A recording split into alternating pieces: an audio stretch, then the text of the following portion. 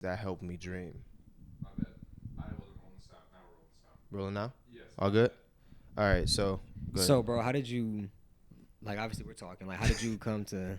I did the thing. It's cool though. It's cool. It's cool. It's It's cool. all good. It's all good.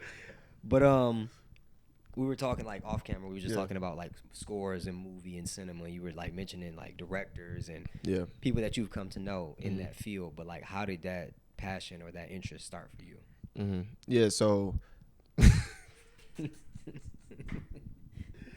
bro, this is funny. Okay. All right. All So right. we're not gonna start. We just gonna use this as just like B-roll, whatever. we pick Whatever, up, bro. This is yeah. cool. This is cool. But my. Because now it's more like an interview than it is like a. Yeah. So tell me. No, I'm kidding. No, yeah. No. But no, that's a great question though, bro. Because like I was saying, me and my father, we bonded over movies, right? We loved watching movies together. My dad loves like old Western movies. Like that's his favorite genre in science fiction. And ironically, I grew up loving those as well. So most of the time in the past, science fiction movies historically they have some of the best cinematography, right? When you look at they're in space and they're just dealing with all of these different like retroalistic like figurines and just things. Just the themes are always pretty much current and futuristic, if you will, right? So I just like seeing those types of things, but I also enjoyed a good story. So for me, watching movies, it just influenced me and inspired me to want to tell a story. So that got me into writing and writing stories in my notebooks. I would take anime and comic books and I would literally trace them in my own notebooks so I could have my own Oh, that's notebooks. fire. So it's just like, for me, it just helped me dream, bro. And it helped me pretty much open up my mind to creating because that's at the very root is just creating and creation that came from me as a byproduct of looking at a movie on the screen. And so That's fire, bro. That's fire. Especially when you said you would like trace the comics and then use that. Like, would you put your own storyline with it? Is that what that was about, or would you just trace it because you were just interested in it? sometimes I would. Sometimes I would make my own like comics and make my own like figures and people or whatnot. But I don't know. I ultimately think, bro, that when it comes to just having a passion with film and just being involved in it, you just it's such a challenging thing to do because you are now in a position where you're able to make something come to life. And right, and so like how often do we have the opportunity to actually not only work on something that could be the fruition of an idea that we have, but for that to actually be the real depiction of what was in our mind. Yes. You know what I mean? Yes. So like, that, and that's why I feel the way I feel about, like, for example, the podcast, right? Where it's exactly how I envisioned it to be. And you could not be more pleased with something, especially knowing that that something came from your mind. So it's just the most, it's like a compliment to yourself. Definitely. You know what I mean? Yeah. Is it actually what you pictured in your mind, like to the T, for lack of better words, or is this like the idea and then you left room for filler or for that to really manifest in the way that it has, or was this like no, like the way that it's shot, the colors, like location options, this is one of the options I already had, like is it everything that you've envisioned, or is it the idea of it and you're satisfied with the idea with those holes being made based on how it's turned out now, or based on those holes being filled how it is now? Honestly, bro, honestly, if we could go here, I think that the more I've matured with my vision, it's not really for me. Like I wouldn't answer it like, oh, this is exactly. I know I just said that, but I'm not. I wouldn't answer it like this is exactly how I saw like every bit in detail, whatever. Right? I would say I lean more on the side of it being idealistically what I want, and idealistically what I would have imagined initially. But because I've matured with this vision, I am so just at peace with everything that is being created because I'm now living in the present. I'm not really looking so far in the future, and I'm not so pressed about, I guess, my desires for the future. I think being present and just feeling it out and allowing myself to be available to be a tool in a way where I can facilitate the environment. I can delegate responsibility. I could, bring you into my home, right? Like just being open and available to that because I think when we're open and available to contingencies in some areas, we could honestly be more useful in those situations than the situations that we would deem ourselves to be the most useful. That's good. You know what I'm saying? That's good. So allowing yourself to be used versus maybe being so particular or specific about what it is you want or how it is you want things to be. Yeah. And sometimes when we get like that, in my mind, I view that as blinders, because while it is important to have focus on what the common goal is or the finish line, right? Sometimes you can also block out opportunities or avenues or blessings, right? So I think that's huge, bro. And the reason why I asked if this was exactly how you saw it in your mind as it relates to the podcast is because for me, I'm satisfied with a lot of the work that I've been able to put out, but I've yet to work on something and really be like, this is what I saw in my mind. Like, I've been satisfied, but I don't think that I've reached that pinnacle of putting a project together and then sitting back and being like, this is what I envision. And I think a part of that, to be honest with myself, and I'm still figuring this out, is accountability to myself. Because is it on an account of planning? Is it having a clear idea in order to plan what that should look like? Or is it lack of satisfaction because it just hasn't came to fruition in the way that I see it? And is it something that I'm not doing that is causing it to not get to that point? You know what I mean? So I say that to say that I'm working on a project now, and I have so much room, and I've allowed so much room for God to show up in that. But I've been very intentional about not crossing that line from peace and stillness and room over into that bucket of procrastination.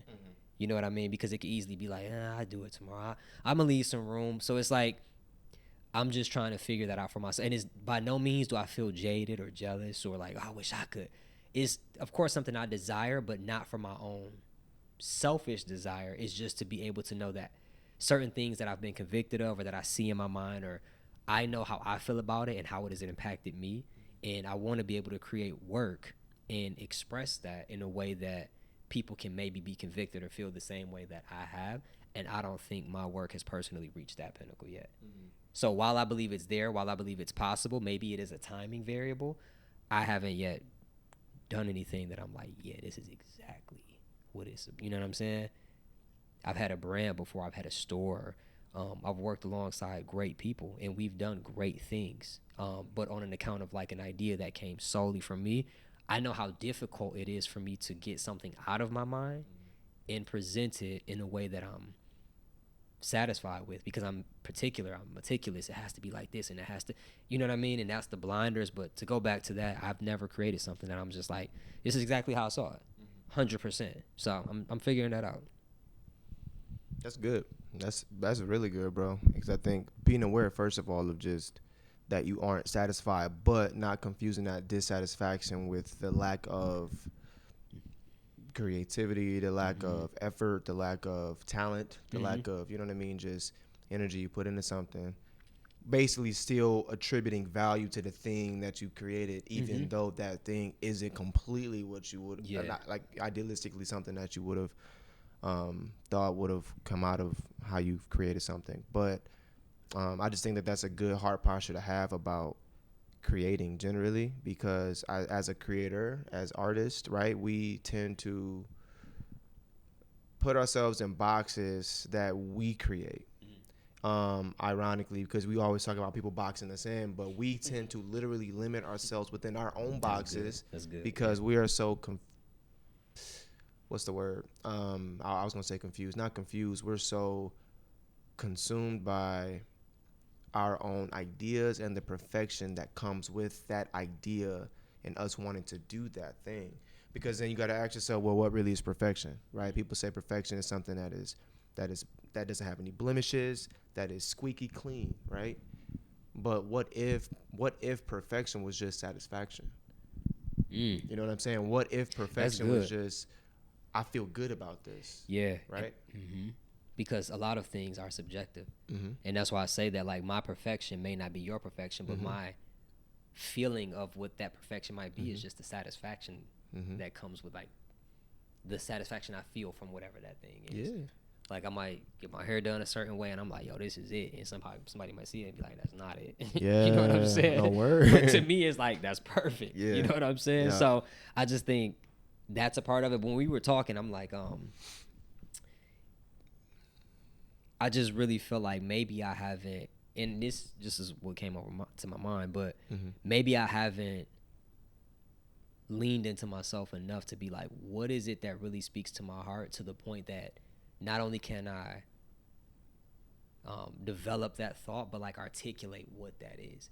I'm more than capable of being creative enough to put a project out and things that I've been satisfied with, but to be like, this is exactly what I want it to be. Maybe I haven't scrubbed myself enough mentally and spiritually to be like, okay, what speaks to me and how can I deliver that, and what's the message, what's the purpose? So maybe going back to square one, because I'm satisfied with all of my work, because if I'm not, you probably have never seen it. Yeah. To be honest with you, you know what I mean? So For sure. outside of that, it's like, okay, what purpose do I want to fulfill with my work? And it's I want to make an impact. Yeah. And I want people to be convicted, and I want people to know what my foundation is and what inspires me. Yeah. But I want that work to not only illustrate that, but I want them to find what inspires them. That's good. And I want them to be convicted. So That's I good. wrestle with it not always being about me, and maybe that's why I haven't done the real work to be like, what is it that really speaks to me that I can put out? That's good. Because I've always put things out and then hid behind it. Yeah. Not out of fear, but because I never want to come off as ego driven or boastful. But then you mute yourself completely, and now you're the opposite of impactful. Yep. And you, in that, you're hindering yourself.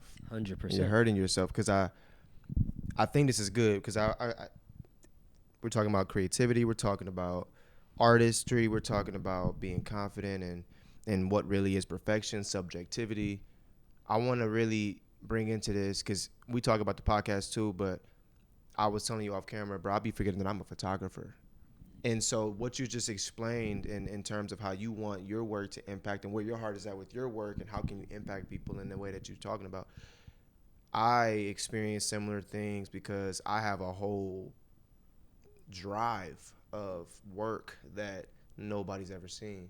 And it's stuff that I'm the most passionate about, but I haven't given it the time of day on social media because I have, in my eyes, so much integrity as an artist that I don't want my heart to be in a place where I'm only putting this out there for people to like it. Yeah. Because then I'm setting myself up for failure. Yeah. If I'm limiting my validation to those who just are going to hit like or look over it, right? Because ultimately I think as a true artist, and I don't want to say true artist like, you know, discrediting people. No, you're good, bro. Right? You're good, but I'm yeah. just saying it to say, like, if you really think about it, it always comes from a heart place. And I'm not saying trust your heart or anything like that. I'm saying just understanding yourself as an artist to the point that you know that you're doing this because you love it and because you've approved it and because you're satisfied with it before anybody else has anything to say about it, right? So me just holding it and being satisfied with, I needed to get to a place where I was just satisfied with just looking at myself like, yo, this is good. Yeah. I like this shot. Yeah. Right? Because in the same way, like I like shooting people on beaches, right? I would consider myself a candid photographer, but I utilize negative space very frequently in my photos where there's a single subject and there's just a lot of negative space. So the environment is bigger than the person. And that person could be walking on the beach. It could be a kid digging sand in the tub. It could be a surfer running on the beach. And I manipulate certain photos and the color, the hues, and I make it look moody, or I'll take things out of the photo and I'll just make it naked and just make it desolate so that you can feel the subject versus what's around the subject. And that's just how I manipulate. It's like you photos. remove distractions. I remove Yeah. there you go.